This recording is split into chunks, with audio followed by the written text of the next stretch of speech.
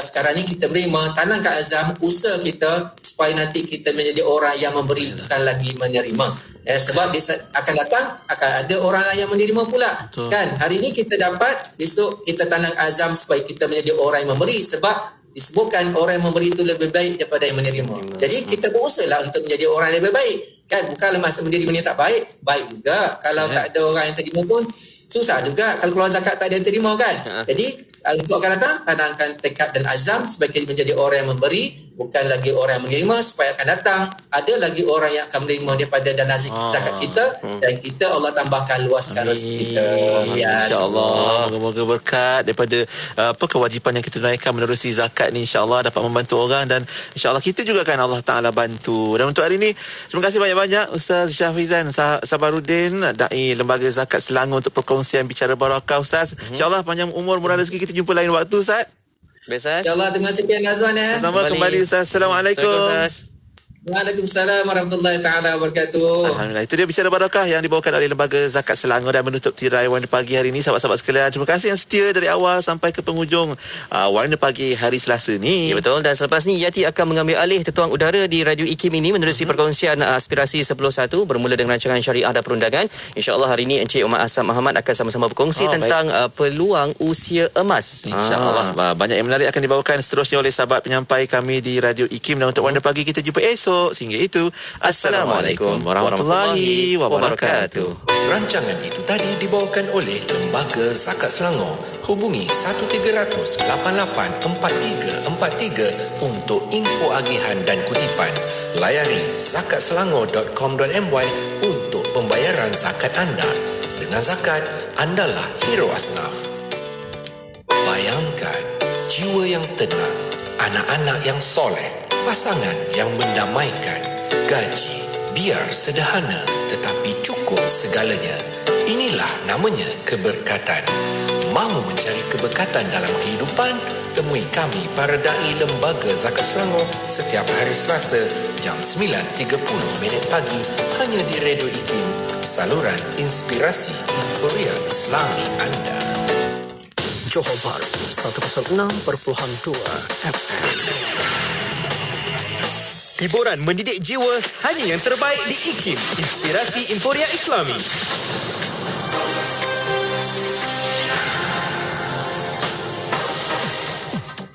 Bismillahirrahmanirrahim. Assalamualaikum warahmatullahi wabarakatuh, dan salam sejahtera. Bersama saya Ahmad Nazari Muhammad Yusof dalam berita IKIM. Angkatan Pertahanan Awam APM memerlukan pelbagai aset logistik terutamanya kenderaan bagi melancarkan lagi operasi menyelamat dalam bencana alam. Sehubungan itu, Ketua Pesuruhjaya APM Datuk Roslan Wahab berkata pihaknya memerlukan kenderaan pacuan 4 roda bagi memudahkan pergerakan ke kawasan yang terpencil selain lori bersaiz 3 tan dan bot bersaiz kecil. Beliau memberitahu demikian selepas mengikuti demonstrasi mencari dan menyelamat mangsa banjir mengikut norma baru di Jati Kampung Terus, Kubang Semang di Bukit Mertajam, Pulau Pinang. Ketika ini, pihak APM mempunyai 15,000 hingga 20,000 anggota yang boleh digerakkan di seluruh negara sekiranya berlaku sebarang kejadian bencana alam seperti banjir. Mengulas mengenai demonstrasi menangani bencana banjir mengikut norma baharu, Datuk Roslan berkata anggota didedahkan kepada kaedah menyelamatkan mangsa banjir dalam dua situasi yang berbeza, iaitu mangsa biasa dan mangsa yang menjalani kuarantin akibat wabak COVID-19. Akhir sekali, sebanyak 10 isu saintifik utama berkaitan pembangunan masyarakat manusia 2021 diumumkan pada Forum Pembangunan Sains dan Teknologi Dunia ketiga. Memberi tumpuan pada agenda pembangunan mampan Pertubuhan Bangsa-Bangsa Bersatu 2030, 10 isu saintifik utama yang disenaraikan tersebut merangkumi ekologi, rawatan dan maklumat perubatan. Ia termasuk cara bagi mewujudkan kitaran ekonomi berasaskan alam semula jadi bagi mencapai pengeluaran dan penggunaan yang lestari supaya memberi manfaat kepada manusia dan bumi, cara menggunakan data dan teknologi maklumat untuk membantu mengawal dan mengurangkan pandemik global, dan bagaimana revolusi digital mengubah model pembangunan lestari dan masyarakat.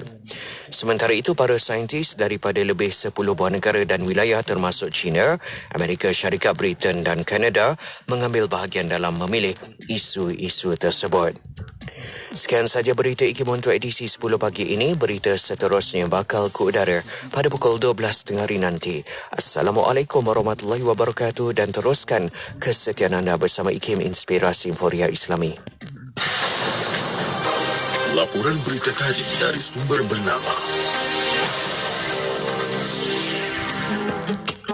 Ayuh keluarga Malaysia, kita bulatkan tekad dan bersatu hati untuk terus memelihara serta mempertahankan kedaulatan negara.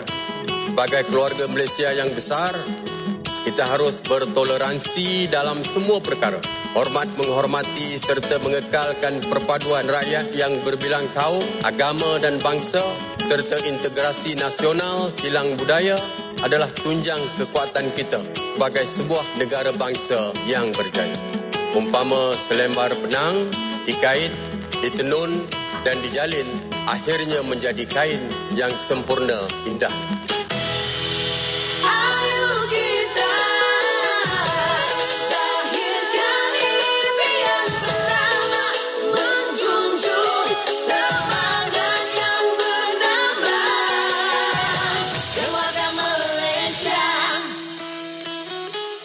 Bismillahirrahmanirrahim. Subhanallah adada khalqi. Subhanallah rida nafsi. Subhanallah zinata arshi. Subhanallah midada kalimati.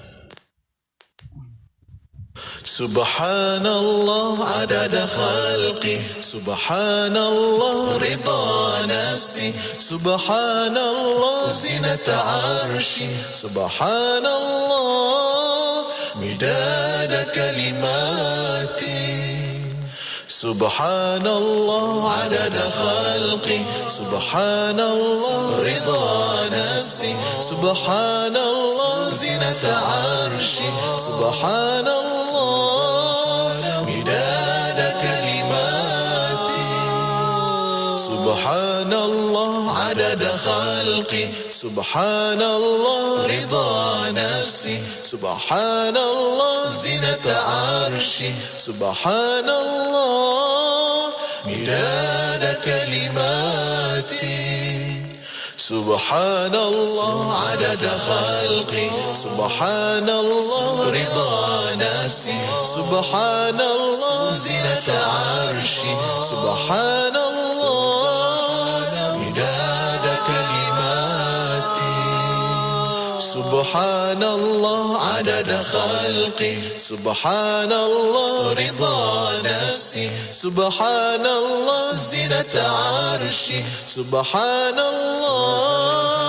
midada kalimati. Selami ilmu untuk kehidupan kita seharian bersama Nur Hayati Paradi di Aspirasi 10.1 IKIM Inspirasi Inforia Islami. Assalamualaikum warahmatullahi wabarakatuh. Dimulakan dengan lafaz suci Bismillahirrahmanirrahim. Selawat dan salam buat Rasul junjungan Nabi Muhammad sallallahu alaihi wasallam. Selamat pagi, salam aspirasi untuk semua sahabat pendengar Radio Institut Kefahaman Islam Malaysia. Alhamdulillah, waktu ini kembali bersiaran saya Nur Hayati Paradi temankan anda untuk aspirasi 10.1. Kat 10.1 maksudnya pukul 10 pagi sampai pukul 1 tengah hari. InsyaAllah teman berteman kita moga-moga ada manfaat dan kebaikan untuk semua insyaAllah. Apapun, terima kasih terlebih dahulu pada sahabat-sahabat Warna Pagi, Hazwan dan juga Sufian yang on the way nak melangkah keluar daripada konti. Dan juga terima kasih juga kepada semua rakan pendengar kerana terus setia bersama kami untuk berkongsi aspirasi. Yati akan bersama dengan anda insyaAllah. Kejap lagi kita bakal mulakan menerusi rancangan syariah dan perundangan bersama dengan Encik Asam Ahmad, Fellow Kanan di Pusat Kajian Syariah Undang-Undang dan Politik Institut Kefahaman Islam Malaysia. Menarik hari ini Encik Asam nak kongsikan berkenaan dengan peluang usia emas. Dapat melangkah ke usia emas itu satu peluang, tapi bagaimana kita menggunakan peluang tersebut. Dan jika ada orang yang berusia emas emas di sekitar kita, itu juga satu peluang. Apakah peluangnya, apa tanggungjawab yang boleh kita lakukan, insya-Allah Encik Azam akan terangkan dan juga perjelaskan pada kita semua kejap lagi menerusi syariah dan perundangan. Anda ikuti secara langsung di FB IKIM FM, YouTube channel IKIM dan pastinya juga di Radio Institut Kefahaman Islam Malaysia. Kita ada Hafiz Hamidun dengan yang dinanti tentunya hanya di IKIM.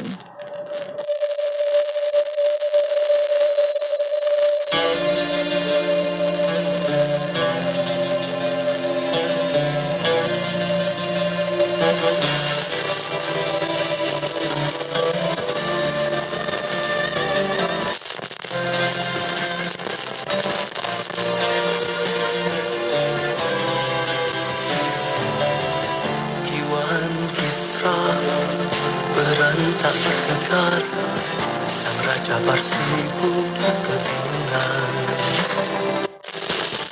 14 anjungnya yang tekun berjatuhan menyembah bumi.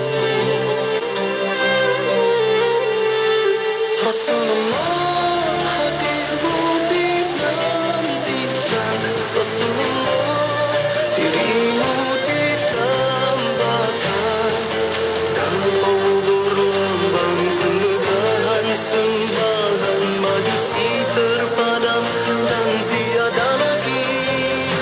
Rasulullah kau insan terpuji, Rasulullah telah lahir kini, dan tasik sawah yang indah penyeri istana tertimbuslah sudah.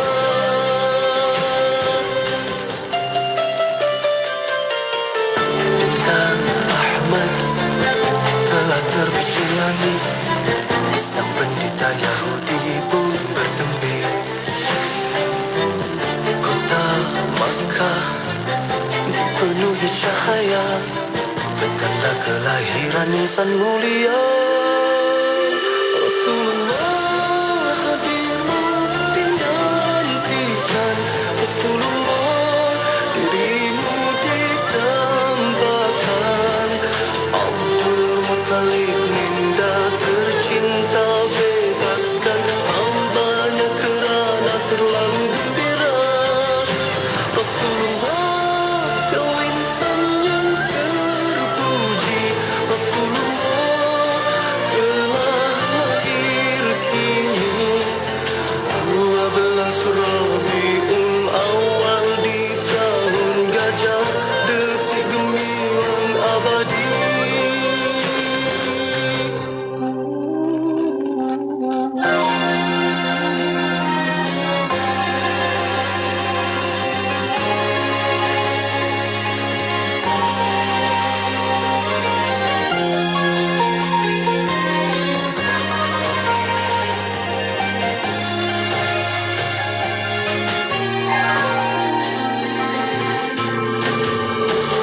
Rasulullah hadirmu dinantikan, Rasulullah dirimu ditambahkan, dan obor lambang kemegahan sembahan majusi terpadam dan tiada lagi. Rasulullah insan yang terpuji, Rasulullah telah lahir kini.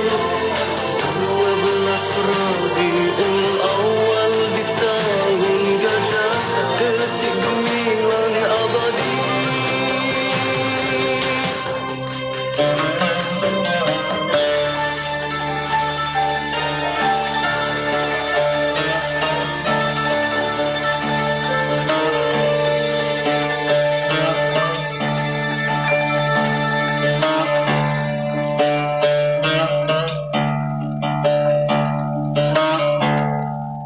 Apabila mati anak Adam, terputus segala amalannya kecuali 3. Sedekah jariah. ilmu dimanfaatkan dan anak soleh yang mendoakannya. Wakafkan unit amanah ASB anda dengan wakaf ASNB. Diuruskan sepenuhnya oleh ASNB dengan iktiraf Majlis Agama Islam Wilayah Persekutuan Mawib. Gabungan konsep pelaburan dan wakaf. Sumbangan wakaf kita berterusan walaupun selepas kita tiada. Info asnb.com.my.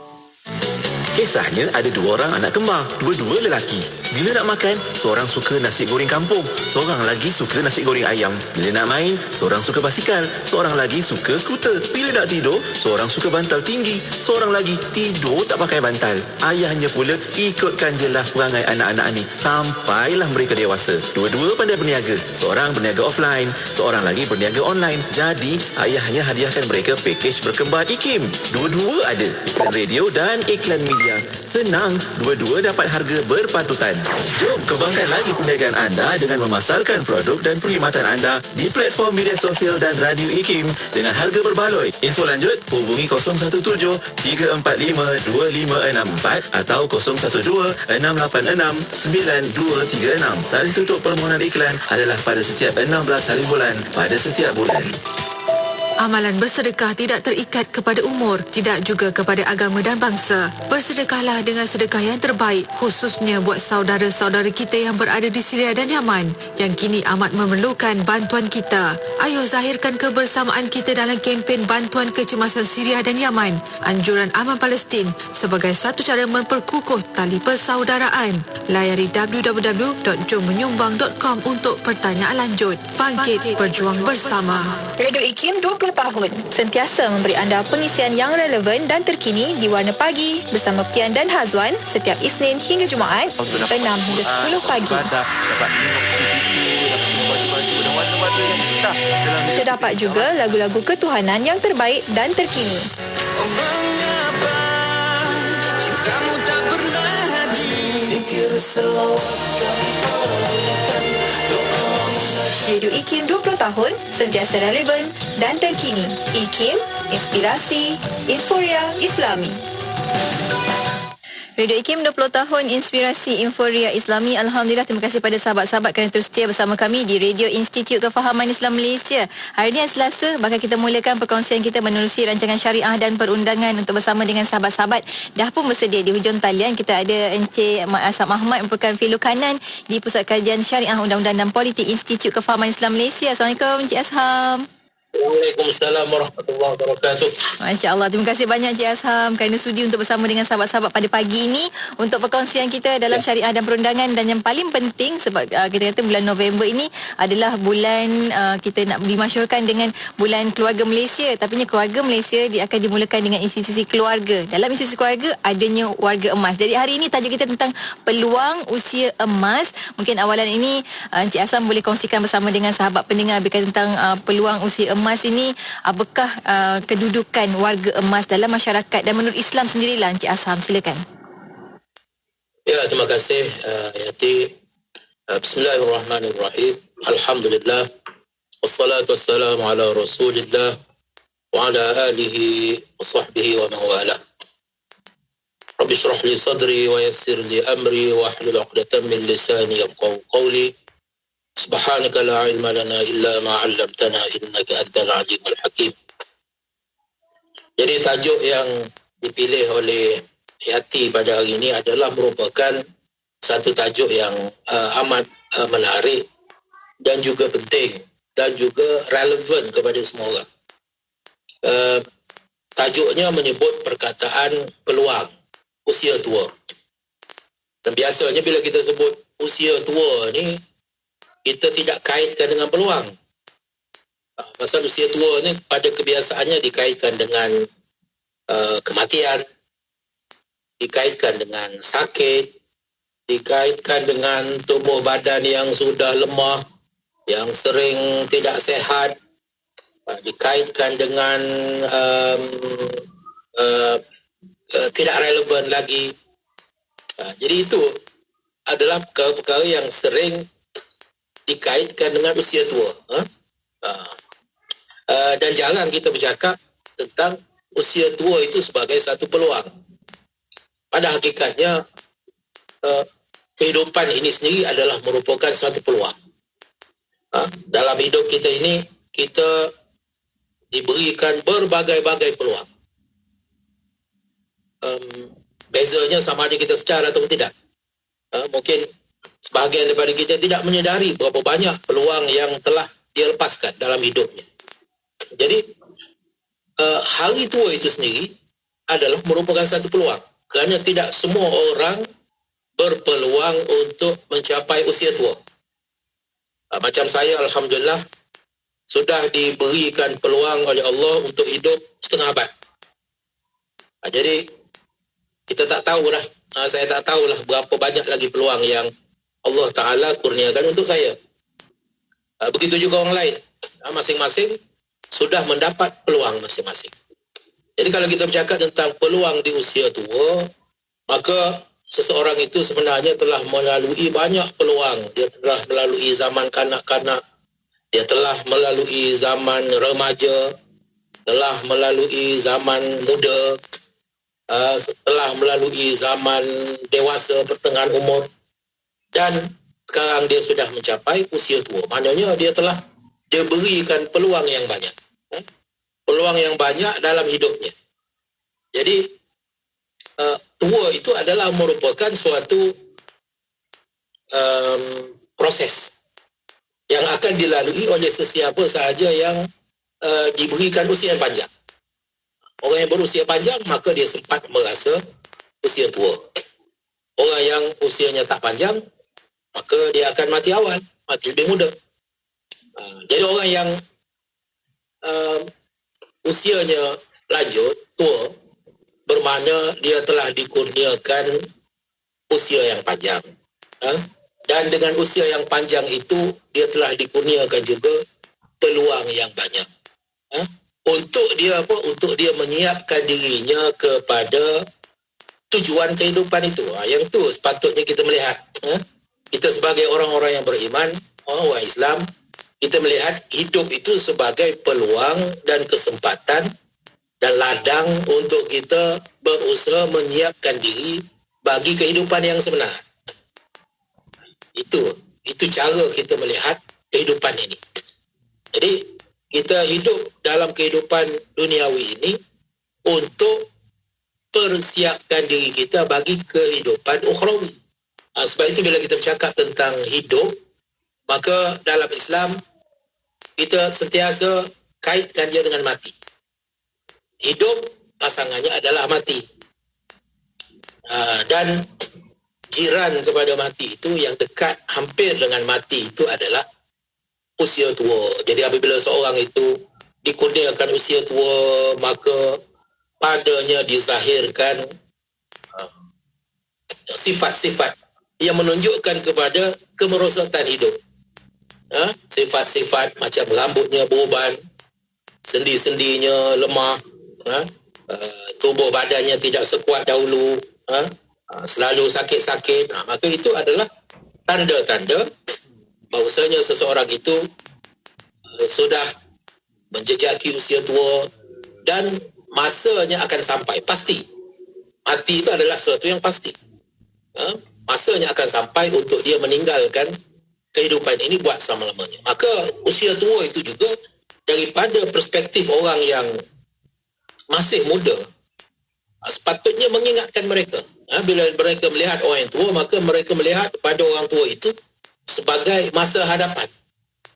Masa hadapannya. Maka peluang untuk bersama dengan orang tua, berkhidmat kepada orang tua, itu adalah merupakan juga peluang untuk seseorang itu merenung, berfikir tentang dirinya sendiri. Maka ini memberikan gambaran melihat satu hari nanti, kalau sekiranya aku ini dikurniakan usia yang panjang, maka mungkin beginilah keadaan aku. Ataupun mungkin keadaan aku lebih teruk daripada ini. Kerana kita melihat keadaan orang tua pun berbeza. Ada yang sehat, ada yang sakit, ada yang bukan setakat sakit, bahkan terlantar, memerlukan pertolongan untuk buat perkara yang biasa dibuat oleh orang yang sihat pun dia tak boleh. Tak boleh nak makan sendiri, tak boleh nak pergi ke bilik air sendiri. Maka keadaan itu adalah merupakan keadaan yang menginsafkan kita, ya. Kerana keadaan itu mungkin berlaku kepada kita. Dan kalau sekiranya keadaan itu berlaku kepada kita, maka siapakah yang akan menolong kita? Bagaimanakah keadaan kita pada masa itu? Maka itu adalah merupakan antara perkara-perkara yang datang dalam fikiran mereka yang berfikir. Jadi itulah bagi saya persoalan peluang warga usia tua itu adalah merupakan peluang untuk kedua-dua pihak. Untuk orang yang sudah tua, untuk memperbaiki dirinya dan menyiapkan dirinya dan menginsafi dirinya terhadap perkara-perkara yang telah dia terlepas. Mungkin dia telah melepaskan banyak peluang, tetapi dia masih lagi diberi peluang untuk mengharungi usia tua. Maka dia masih ada peluang. Selagi nyawa tidak dicabut, maka sesiapa sahaja masih lagi berpeluang untuk memperbaiki dirinya, menjadi dan menyiapkan dirinya untuk kembali kepada Allah. Dan bagi orang yang masih belum tua, mereka yang masih muda, maka kewujudan mereka yang tua di kalangan mereka adalah merupakan peluang untuk mereka menginsafi lebih awal. Untuk mereka menginsafi lebih awal, inilah keadaan, kesudahan, setakat mana pun pencapaian kita dalam hidup, setinggi mana pun kebolehan kita, akhir sekali, inilah hakikat yang akan kita tepuhi. Kita akan melalui masa tua dan akhir sekali kita semua akan menghadapi kematian, dan dengan kematian itu kita akan kembali kepada Allah dan bermulalah kehidupan yang baru. Ini yang penting. Kita bukan mati itu sebagai kesudahan, tetapi mati itu adalah merupakan permulaan kepada kehidupan yang baru, iaitu kehidupan yang sebenar, kehidupan yang kekal abadi. Itulah cara kita melihat hidup dan mati itu, supaya kita menyiapkan diri kita dengan sewajarnya. Masya Allah, Masya Allah. Terima kasih banyak Cik Asam. Cik Asam ini berulang-ulang kali menyebut tentang peluang dan peluang. Bukan sekadar orang yang di usia emas itu peluang untuk mereka digunakan usia yang panjang, tapi ini peluang juga untuk orang-orang yang menjaga. Sebab ada juga persoalan Cik Asam, ya, bila bagi orang yang masih belum sampai kepada usia emas itu terpaksa menjaga orang tua dan sebagainya, Encik Asam, kan. Mungkin Encik Asam boleh berikan panduan lah kepada sahabat-sahabat kita ni yang kadang-kadang terasa dibebani bila menjaga orang tua, dibebani, rasa terbeban menjaga orang tua. Mungkin ada kata-kata motivasi yang Islam sendiri berikan supaya tak mudah putus asa dalam mengambil peluang menjaga orang tua ni, Encik Asam. Ya. Dalam sebuah hadis Nabi SAW, Nabi SAW menyebut, laisa minna man lam yarham saghirana wa lam yukrim kabirana. Bukanlah daripada kalangan kami. Maknanya Nabi kata, bukanlah umat aku. Bukanlah daripada jenis umat aku barang siapa yang tidak mengasihi yang lebih muda. Maknanya dia lebih tua tapi dia tak ada sifat kasih sayang kepada yang muda. Ataupun yang muda tidak menghormati, tidak memuliakan yang tua. Jadi begitu. Jadi maksudnya adalah menjadi sifat umat Muhammad sallallahu alaihi wasallam itu yang tuanya kasih sayang kepada yang muda. Kasih sayang ni macam-macam lah. Antaranya memberikan tunjuk ajar, nasihat, bantuan, pertolongan. Itu dari segi yang tua kepada yang muda. Kerana yang tua pun perlu kepada bimbingan. Yang tua pun perlu kepada bantuan. Yang muda pun masih ada banyak kelemahan, kekurangan dan ketidakmatangan yang menyebabkan mereka berhajat kepada orang yang lebih tua dalam kehidupan mereka. Tapi begitulah juga keadaannya apabila seseorang itu sudah melalui usia muda dan mencapai usia tua, maka dengan datangnya usia tua, maka lemahlah tubuh badannya, fikirannya juga lemah, maka mereka juga berhajat kepada bantuan-bantuan, sokongan-sokongan daripada yang lebih muda. Lebih-lebih lagi mereka yang mempunyai tali persaudaraan, khususnya anak kepada yang mempunyai anak. Anak. Jadi anak-anak yang memiliki ibu bapa yang tua. Al-Quran sebut apabila mereka mencapai usia tua, janganlah imma yablughanna indakal kibaru ahaduhuma aw kilahuma. Apabila kedua-duanya mereka ataupun salah seorang daripada ibu bapa kamu mencapai usia tua, janganlah kamu ucapkan kepada mereka uffin. Janganlah kamu ucapkan kepada mereka perkataan macam mananya macam kita menyergah mereka. Wala tanharhuma. Janganlah kamu ucapkan perkataan yang kasar kepada mereka berdua. Wa qul lahumā qawlan ma'rufa. Dan ucapkanlah kepada mereka kata-kata yang baik. Itu dari segi kata-kata. Maksudnya kalaulah kata-kata pun kita tak boleh nak berkasar, apatah lagi dengan tingkah laku. Itu ajaran Al-Quran. Dan kita sebut tadi pesanan daripada Rasulullah sallallahu alaihi wasallam kepada kita. Sebagai umat dia, Nabi kata kita hormat kepada orang tua. Lebih-lebih lagi kalau orang tua itu adalah merupakan ibu dan bapa kita. Dalam Quran disebut kalau ucapkan kata-kata yang kasar itu sendiri pun dilarang, maka apatah pula kita memperlakukan mereka dengan perlakuan yang kasar, kerana orang tua itu adalah sangat-sangat sensitif, sangat mudah terasa hati. Apatah lagi dengan tingkah laku anak-anak mereka. Jadi bagi anak-anak yang memiliki ibu bapa yang tua, seperti yang Yati sebutkan tadi, itu sebenarnya adalah merupakan peluang. Satu peluang untuk dia berfikir tentang dirinya sendiri, menginsafi.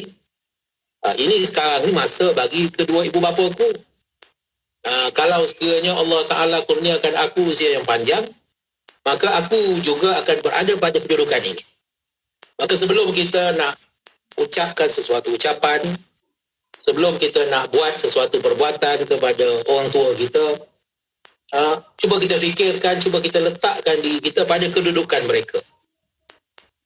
Kalau sekiranya kita berada pada kedudukan mereka, adakah kita boleh menerima diucapkan perkataan-perkataan yang sedemikian, ataupun diperlakukan dengan perlakuan yang tertentu yang sedemikian? Maka kita nak kena insaf lah kepada diri kita sendiri. Kita sanggup ke tidak diperlakukan sedemikian oleh anak kita? Jadi kalau sekiranya kita tidak sanggup diperlakukan sedemikian, maka demikianlah juga ibu bapa kita. Jadi anggaplah kewujudan mereka itu dan apa yang kita buat pada mereka itu sebagai balasan kita kepada jasa dan budi baik mereka kepada kita. Kama rabbayani saghira warhamhuma kama rabbayani saghira. Itulah ucapan dan doa daripada anak kepada ibu bapanya, doa kepada Allah supaya merahmati mereka, mengasihani mereka. Kama rabbayani saghira, sebagaimana mereka ini mengasuh aku, mendidik aku, mengasihi aku semasa aku kecil. Maka begitulah juga kita berharap Allah Subhanahu Wa Taala mengasihi mereka. Warhamhuma kama rabbayani saghira, supaya sebagaimana mereka kasih kepada aku semasa aku kecil. Kerana selepas pada ini mereka akan mati, mereka akan memasuki alam kubur, dan di sana mereka amat-amat mengharapkan kepada rahmat daripada Allah Subhanahu Wa Taala. Jadi begitulah kita melihat proses kehidupan itu sebagai sesuatu yang tidak boleh kita elak. Kita sebagai manusia juga akan melalui proses yang sama, dan dengan sebab itu maka kita menginsafi. Kita menginsafi keadaan yang menimpa orang lain, kerana itulah keadaan yang akan menimpa kita. Jadi hanya itulah caranya sahaja seseorang itu akan lebih bertanggungjawab, lebih insaf di dalam menguruskan tanggungjawab mereka terhadap ibu bapa, khususnya ibu bapa yang sudah berada pada usia yang sangat lanjut, yang kita boleh katakan keadaan mereka itu amat menyusahkan. Apatah lagi dalam kehidupan kita pada zaman moden ini, terutama sekali dalam kehidupan pada zaman kedua-dua suami dan isteri bekerja, bagaimana? Itu adalah merupakan suatu cabaran yang amat besar. Bagaimana nak jaga ibu bapa sedangkan kita bekerja, isteri kita pun terpaksa bekerja. Jadi siapa yang akan melihat mereka di rumah pada masa kita pergi bekerja? Itu adalah di antara cabaran-cabaran yang dihadapi pada zaman kita ini. Walau macam mana sekalipun, cabaran-cabaran itu tetap kita mesti pikul, tetap kita mesti tunaikan dengan sebaik yang mampu kita lakukan. Ya, insya-Allah, masya-Allah. Terima kasih banyak Encik Asam kerana mengingatkan kita tentang peranan anak, tanggungjawab anak kepada ibu ayah, walaupun bagaimana cara keadaan mereka. Dan saya pernah teringat kata-kata Encik Asam juga satu masa dahulu, macam mana pun ujian-ujian tu datang, kita kena menang dengan ujian. Jadi kita kena belajar aturkan diri kita untuk kita boleh menguruskannya dengan baik. Cumanya kejap lagi kita akan kongsikan juga supaya kita beristirahat, sebab ada juga yang kata salah satu pilihan, sebab tadi Encik Asam dah sebutkan juga tentang jika suami isteri bekerja, bagaimana kedudukan ibu ayah tu, siapa yang nak jaga mereka dan sebagainya. Dan ada yang memilih untuk meletak ibu ayah ini di rumah jagaan orang tua Encik Asam. Jadinya adakah dalam Islam bagaimana ia memandang satu perkara, dan keduanya bagaimana jika menghantar ibu ayah itu menjadi asbab pada cercaan masyarakat pula pada kita, saudara mara mungkin mencerca kita dan sebagainya. Jadi bagaimana kedudukan tersebut kita akan kongsikan lepas kita berhenti rehat seketika. Untuk anda rakan pendengar, jika ada pengalaman anda, kongsikan di ruangan komentar. Kita kembali selepas ini tentunya hanya di IKIM Inspirasi Inforia Islami.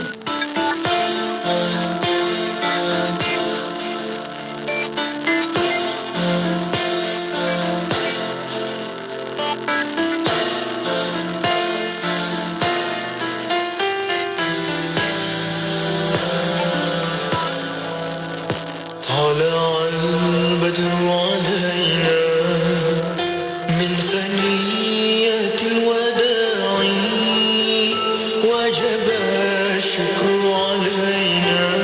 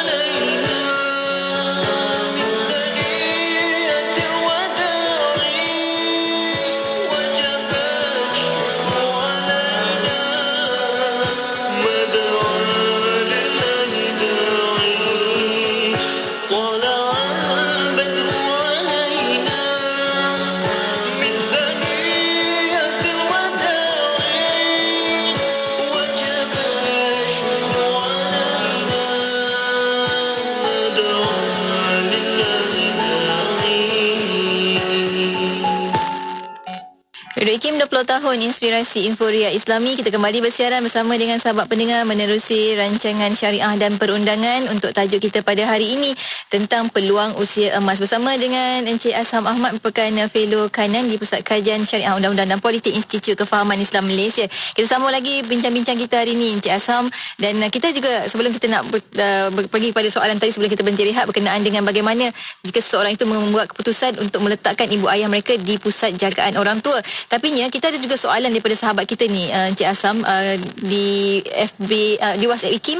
Kata sahabat kita ni, kata, Assalamualaikum Encik Asham, kata saya menjaga ibu mertua saya tak kisah tapi kecewa bila anak-anak perempuan ibu mertua tak ada inisiatif nak jaga. Jadi saya tertanya-tanya Encik Asham, sebenarnya bila meletakkan penjagaan ibu ayah ni dalam Islam sendiri, siapa sebenarnya yang diberatkan untuk menjaga ibu ayah sebenarnya? Adakah anak lelaki? Kadang-kadang orang kata anak perempuan, anak lelaki lah. Kadang-kadang kata menantu perempuan dan menantu lelaki. Siapa sebenarnya yang betul-betul dalam, kalau ada ranking lah Encik Asham, siapa sebenarnya dalam Islam itu? Ya, terima kasih Hati. Ini soal siapa yang patut jaga inilah yang sering menimbulkan pertelagahan di antara adik-beradik. Sebab itu kata orang, seorang ibu mampu menjaga 10 anak, tapi 10 anak belum tentu mampu menjaga seorang ibu. Dan itu, kata-kata itu datang daripada pengalaman. Pada pengalaman melihat tingkah laku manusia. Apabila seseorang itu sudah tua, maka dia dilihat sebagai beban. Semasa dia muda, maka dia dilihat sebagai potensi. Dia mempunyai banyak potensi untuk kita tumpang. Kita nak tumpang dia kerana dia muda, dia ada tenaga, dia ada harta dan sebagainya. Tapi bila dah tua, maka dia yang nak menumpang kita. Dia yang akan menyusahkan kita, dan kita terpaksa menyusahkan diri kita kepadanya kalau dia berada dengan kita. Itulah keadaan yang berlaku apabila ibu bapa meningkat usia tua, sedangkan anak-anak semua pada zaman sekarang kita ini sudah berkerjaya. Termasuklah juga anak lelaki dan perempuan, kedua-duanya sekali. Jadi sekarang ni siapa yang akan menjaga ibu bapa? Kalau nak suruh yang sulung kata dia sibuk, tapi yang kedua juga akan berikan jawapan yang sama, dia pun sibuk, kerjanya memerlukan dia ke sana ke sini dan sebagainya. Maka siapa yang akan menjaga? Yang itulah yang akan menimbulkan pertelingkahan, pertelagahan dan rasa tidak puas hati. Apatah lagi kalau sekiranya masing-masing mencari alasan untuk melepaskan tanggungjawab. Itu. Bukannya mencari jalan untuk bagaimana untuk kita sama-sama menguruskan tanggungjawab bersama ini. Tanggungjawab kita sebagai anak. Itu maknanya kita mencari jalan macam mana yang terbaik supaya kebajikan ibu bapa kita terjaga, sedangkan pada masa yang sama tugas-tugas harian kita, tanggungjawab kita kepada kerja, dan kita juga perlu mencari nafkah hidup juga jaga. Jadi tentulah itu yang lebih sukar untuk kita melaksanakan kedua-duanya, dan lebih mudah untuk seseorang itu melepaskan satu dan hanya menumpukan pada satu. Yang ini adalah merupakan sikap kebanyakan orang lah. Dia hanya mementingkan dirinya sendiri, tapi dia sudah lupa bahawasanya macam-macam mana sekalipun tanggungjawabnya terhadap ibu bapanya masih ada, tetap ada. Jadi kalau setidak-tidaknya seperti yang ditanyakan tadi, nasib baik dah ada menantu yang cukup baik hati nak jaga ibu mertuanya, akan tetapi anak sendiri janganlah pula sampai melepaskan tanggungjawab, kerana dahlah yang jaga tu mak kita, bukan kita sendiri. Atas sebab-sebab lah mungkin kerja kita yang tidak mengizinkan kita untuk buat demikian. Tetapi setidak-tidaknya kita membantu dari segi keuangan, membantu dari segi cakna, ambil tahu, bertanya khabar, berikan makanan ke, bantuan kalau perlu pampers, perlukan belikan pampers ke, sekali-sekala kita ambil untuk kalau kita bercuti kita boleh ambil. Sempatlah juga adik ipar kita ini berehat, setelah setiap hari dia jaga, maklumlah dia tak bekerja, dia jaga mak kita. Jadi kita pun bila dah cuti sekali pun kita pergi makan angin bersama keluarga. Langsung kita tidak fikir bahawasanya kita ada tanggungjawab terhadap ibu kita, bapa kita yang masih ada. Walaupun mereka itu sekarang ni sakit dan tidak lagi berdaya, akan tetapi tugas dan tanggungjawabnya jatuh atas bahu kita. Jadi kalau ditanya siapa, sudah tentulah yang wajib menjaga ibu bapanya itu adalah anak lelaki. Kerana anak perempuan tanggungjawabnya, tugasnya adalah kepada suaminya, bukan kepada ibu bapanya. Yang bertanggungjawab terhadap ibu bapanya adalah anak lelaki. Jadi dialah kalau sekiranya ibu bapanya itu memerlukan nafkah, memerlukan bantuan untuk hidup, maka itu adalah sebahagian daripada tugas anak lelaki. Jadi jangan kita mengambil ringan persoalan ini, kerana persoalan ini adalah persoalan yang akan dipertanggungjawabkan di hadapan Allah. Jangan kita ingat warhamhuma kama rabbayani shaghira, dan kasihanilah mereka itu. Doa kita kepada Allah Ta'ala itu bermaksud sifat rahmat itu kita sendiri kena ada. Kita sendiri kena memiliki sifat rahmat terhadap ibu bapa kita. Sebagaimana ibu bapa kita itu dengan sifat rahmat itu, sifat kasih sayang itu membesarkan kita, maka begitulah juga kita dengan penuh kasih sayang, dengan penuh rasa hormat, kita menjaga mereka tak kala mereka melalui hari-hari tua. Ini bukan soal siapa yang patut, semua kita patut. Kalau tidak sebagai anak sekalipun, sebagai manusia, apatah lagi kita sebagai anak, sebagai manusia, kita kena memiliki sifat rahmat itu kepada orang yang lemah, kepada orang yang sakit, kepada orang yang tidak berdaya. Dan orang yang lemah dan sakit dan tidak berdaya itu adalah ibu bapa kita sendiri. Maka lebih-lebih lagi lah dekatnya pertanggungjawaban kita terhadap mereka. Masya Allah, terima kasih banyak Encik Asam. Dan kita berbalik pada soalan tadi sebelum kita berhenti rehatkan. Jika anak-anak meletakkan ibu ayah di pusat jagaan dengan niat nak supaya mereka tak terbiar, Encik Asam, apakah hukumnya satu perkara? Dan juga bagaimana jika perkara tersebut menjadi bahan cercaan, cemuhan dan juga kecaman saudara mara dan juga masyarakat, Encik Asam? Ya, kita kena faham tugas dan tanggungjawab pada zaman kita sekarang ini. Kita kena lihat juga suasana yang kehidupan kita pada zaman ini tidak sama dengan suasana kehidupan 20 tahun lepas, 30 tahun lepas, di mana kita masih ada keluarga yang besar, extended family, kita duduk di kampung, rumah dekat-dekat. Sekarang ni anak-anak sudah terpisah ke seluruh Semenanjung, ada sebahagian sampai ke Sabah dan Sarawak. Walaupun anak-anaknya ramai, akan tetapi mereka tidak duduk setempat, bukan duduk sekampung. Mereka terpaksa berbuat demikian atas desakan hidup. Mereka terpaksa bekerja, mereka terpaksa mencari nafkah untuk diri mereka, untuk isteri mereka, untuk anak-anak mereka, dan itu juga adalah merupakan tanggungjawab. Jadi balik kepada dan pada masa yang sama mereka juga memiliki tanggungjawab terhadap ibu bapa yang sedang meningkat usia, yang mungkin sedang sakit.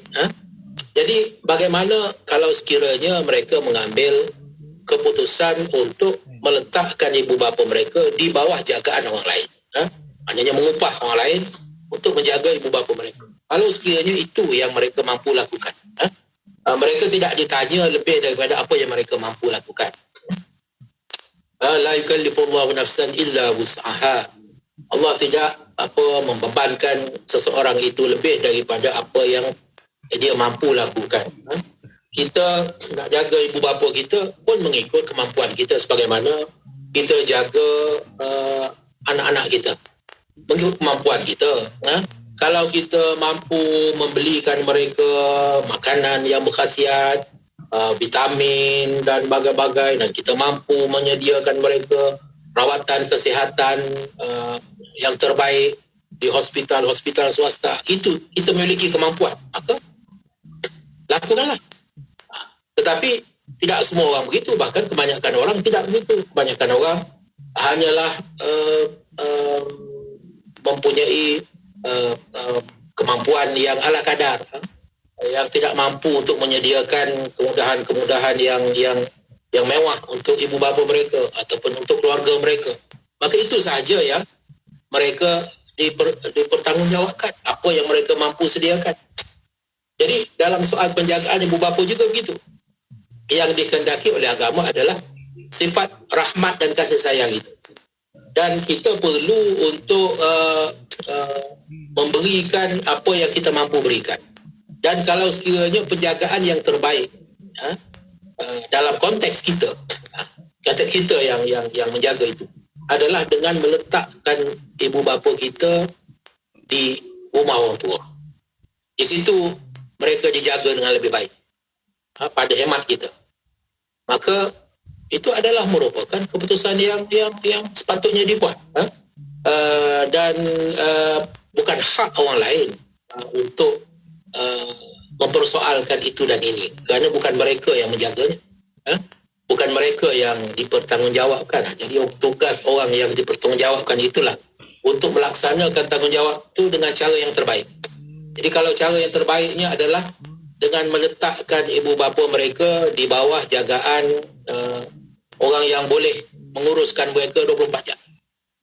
Kerana mungkin kalau letak di rumah, pada waktu pagi tak ada sesiapa pun di rumah. Suami dan isteri kedua-duanya bekerja. Bagaimana kita nak uruskan ibu bapa yang mungkin perlu disuap makan, minum, yang perlu dimandikan, perlu dibersihkan. Jadi sudah tentulah mereka ini perlukan kepada jagaan khusus. Dan pihak yang boleh melakukan jagaan secara khusus itu adalah mereka yang menguruskan pusat-pusat penjagaan ini. Dan jika itulah yang terpaksa dilakukan, maka itulah yang mesti dilakukan. Jadi kita kena lihat konteks, kita lihat suasana, bagaimana kehidupan itu berlaku. Jadi sesuai dengan kehidupan kita pada zaman ini, kalau sekiranya itu adalah yang terbaik, maka itulah yang kita lakukan. Begitu juga ada setengah ibu bapa yang memilih sendiri untuk duduk di pusat-pusat penjagaan. Ada juga di setengah-setengah tempat itu, contohnya di pondok-pondok yang menyediakan tempat untuk orang-orang tua. Dan sebahagian daripada orang tua ini lebih suka untuk berada di pusat-pusat penjagaan ini. Kerana mereka mempunyai kawan-kawan yang seusia dengan mereka. Kerana mereka mempunyai aktiviti-aktiviti yang mereka boleh buat yang sesuai dengan usia mereka. Mereka boleh duduk sembahyang berjamaah, mereka boleh mempelajari agama, mereka boleh bertadarus bersama-sama. Maka dari segi itu bukanlah bermakna meletakkan ibu bapa di pusat-pusat penjagaan ini adalah sesuatu yang negatif. Bahkan mungkin bagi sesetengah ibu bapa ia adalah merupakan suatu peluang yang lebih baik bagi mereka berbanding dengan mereka terkurung di rumah tanpa ada kawan, hanya menunggu anak datang untuk memberikan makanan dan ataupun menukarkan pakaian.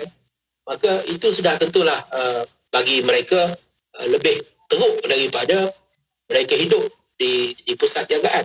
Jadi sebenarnya itu bergantung kepada keadaan individu, dan masalahnya apabila orang yang tidak berkenaan, orang yang tidak berkenaan ini fikir mereka lebih tahu, fikir mereka berhak untuk memberikan komen, memberikan kritikan terhadap apa yang orang lain lakukan, sedangkan mereka tidak mengetahui keadaan yang sebenar, dan itu adalah merupakan suatu perbuatan yang berdosa, apatah lagi apabila mereka ini menimbulkan fitnah, memburuk, menjatuhkan air muka orang lain, menyebarkan berita-berita yang separuh benar, tanpa mengetahui hakikat yang sebenar, maka itu sudah menjadi suatu dosa yang besar.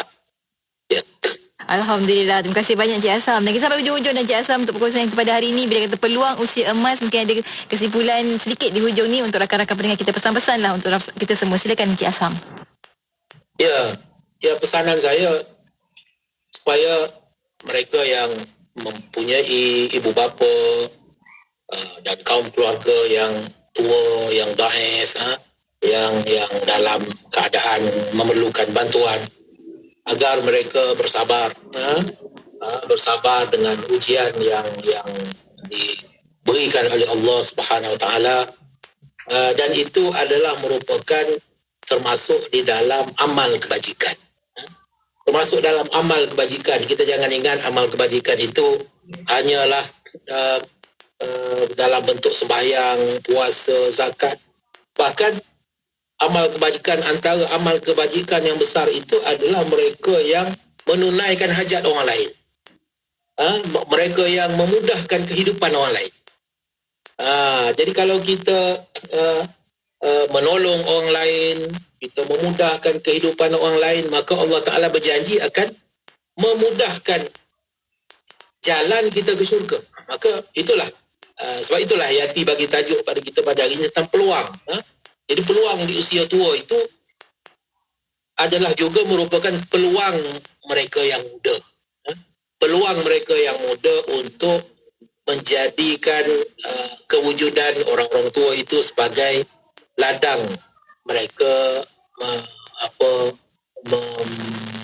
menuai kebajikan. Ladang untuk mereka melakukan kebajikan, melakukan kebaikan. Sama ada kebaikan itu kepada ibu bapa kita sendiri, yang itu adalah merupakan yang terutama sekali. Tetapi juga tidak semestinya kebajikan itu hanya kepada orang tua kita sendiri.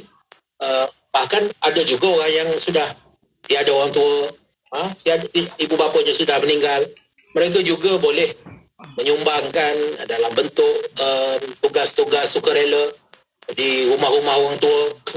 Ada orang yang tolong pergi potong kuku, tolong mandikan, tolong pergi membersihkan rumah-rumah kebajikan. Ada yang mampu menolong dari segi wang, ringgit dan berbagai-bagai lagi. Itu semua adalah termasuk di dalam amal kebajikan yang dikira oleh Allah Subhanahu Wa Taala, masuk dalam amal kebajikan yang besar. Dan Allah Taala janji siapa yang sentiasa menolong saudaranya, Allah akan sentiasa menolongnya.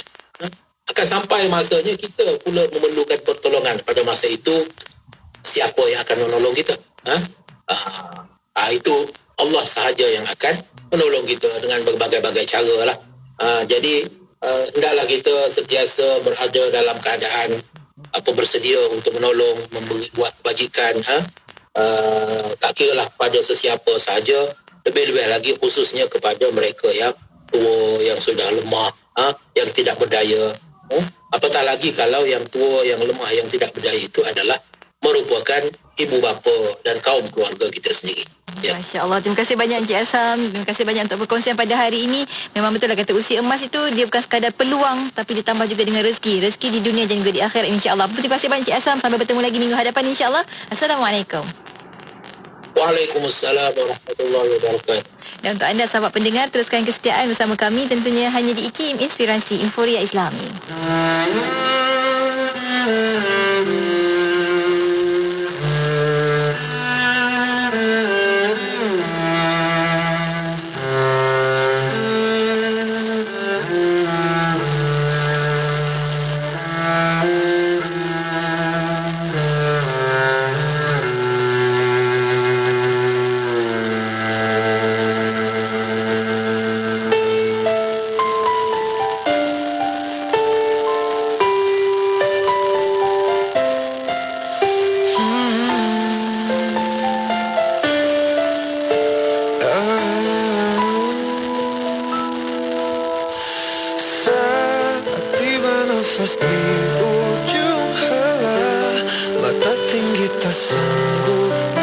bicara, mulut terkunci tangan.